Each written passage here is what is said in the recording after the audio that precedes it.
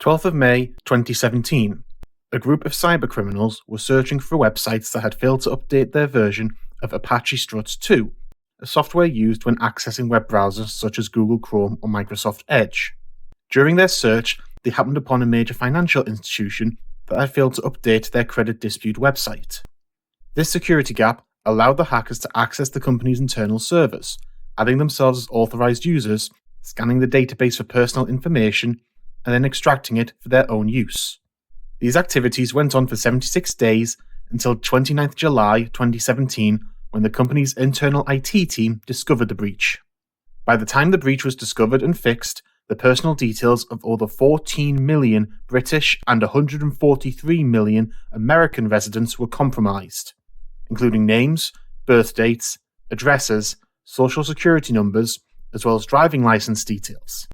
Credit card numbers were also compromised for 209,000 of these consumers, and the sensitive personal data of almost 700,000 UK consumers was accessed.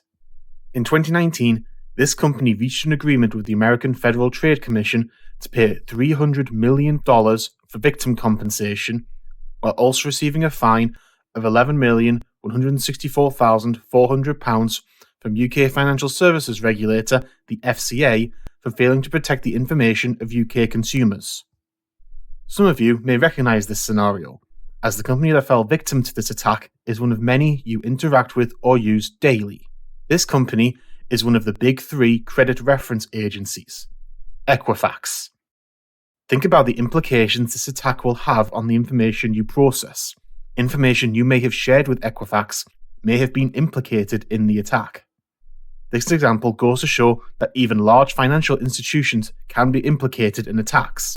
Equifax is a company vital to the credit function of the UK, and their lax security and inability to update their digital certificate for 9 months opened an avenue for hackers to access the sensitive personal information of a large number of consumers, resulting in massive fines being imposed, potentially leading to the loss of jobs. While this example was focused on gaps in IT security, individual employees are also at risk. In July 2020, hackers seized control of the Twitter accounts of several high-profile users, including Barack Obama, Elon Musk, and Apple. Hackers created a fake website resembling Twitter's internal systems and posed as help desk staff to solicit the credentials of official Twitter staff. This caused Twitter's stock price to fall by 5% within 2 days and increased concerns that hacks such as this could lead to international incidents, especially with the app's popularity among political elites. Imagine if the social media accounts for your organization were compromised. Think about what could be posted and how it may affect the reputation of your organization. These attacks can affect British organizations too. In November 2016, attackers exploited vulnerabilities in the design of Tesco Bank's debit card to steal £2.26 million from consumers.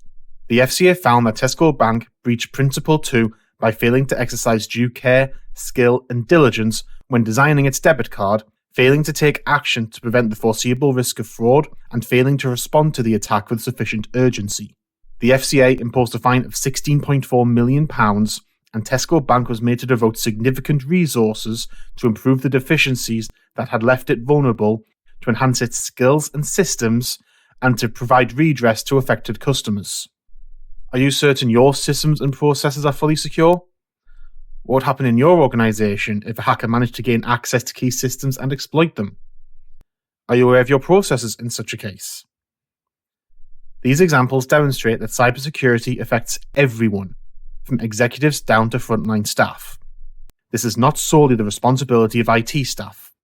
Everyone at an organization can be a target, victim, and access point.